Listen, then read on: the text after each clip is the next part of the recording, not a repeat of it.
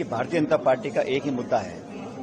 लोकसभा चुनाव में जब 400 की जगह 240 पे अटक गए आकर, अब वो सिर्फ राहुल गांधी जी को टारगेट करने का काम कर रहे हैं।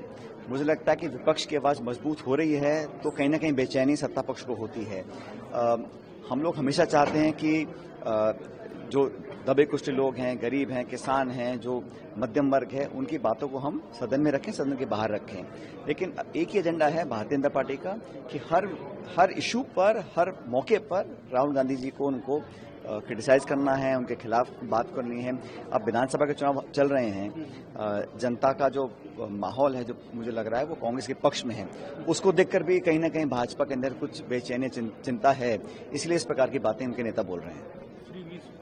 सर, आपका क्या मानना है फ्री बीज को लेकर? मुझे लगता है कि इस देश में बहुत ऐसे लोग हैं, करोड़ों की तादाद में, जिनको सरकार के सहयोग, सहायता, समर्थन की जरूरत है और मिलनी भी चाहिए।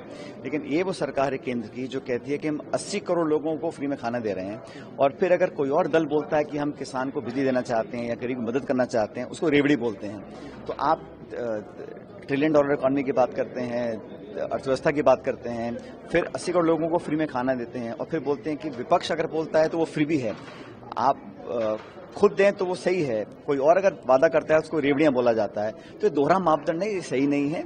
मुझे लग रहा है कि इस केंद्र सरकार ने जो नीति निर्माण किया है पिछले 10 सालों में, उससे खाई बहुत बढ़ गई है, अमीर गरीब की, गांव शहर की। खरबपति करोड़पति लगातार बढ़ रहे हैं, लेकिन जिन लोगों को 2 जून की रोटी नसीब नहीं हो रही, उनकी तादाद बढ़ रही है। तो खाई बढ़ रही है अमीर गरीब की, वो बहुत बड़ा चिंता का विषय है। बेरोजगारी देश का सबसे ज्वलंत मुद्दा है, और मुझे लगता है कि सरकार ने वादा किया था 2 करोड़ रोजगार प्रतिवर्ष देने का, वो पूरी तरह विफल रही है। और उसी का परिणाम है कि आज जनता में गहरा संतोष है, खासकर युवाओं में। जो शिक्षित नौजवान हैं, लड़के लड़कियां हैं, उनको नौकरियां मिल नहीं रही हैं। तो सरकार की पॉलिसी फेलियर है कि रोजगार उपलब्ध कराने में बिल्कुल नाकामयाब रहे हैं। किसानों को लेकर सर आपका क्या मानना है? वो प्रोटेस्ट पे बैठे हुए बहुत दिनों से, आप बोल रहे थे किसानों की आवाज सुनने वाला इस सरकार में कोई है ही नहीं। इतना बड़ा आंदोलन हुआ, 3 काले कानून उन्होंने पारित किए, फिर विड्रॉ करे, सैकड़ों लोगों की जान चली गई, महीनों तक राजधानी को घेर के लोग बैठे रहे, उन पे लाठियां चलाई, गोलियां चलाई, बम बरसाए, आंसू गैस चलाए, उन पे मुकदमे करे, उनको उग्रवादी कहा गया। इस तरह का बर्बरता वाला जो व्यवहार किसान के साथ कर रहे हैं, उसका खामियाजा भाजपा को भुगतना पड़ेगा।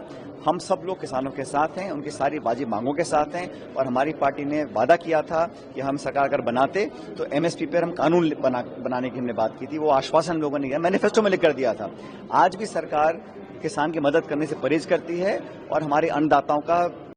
और वीडियो के लिए हमारे चैनल को सब्सक्राइब करें और बेल आइकन को दबाएं।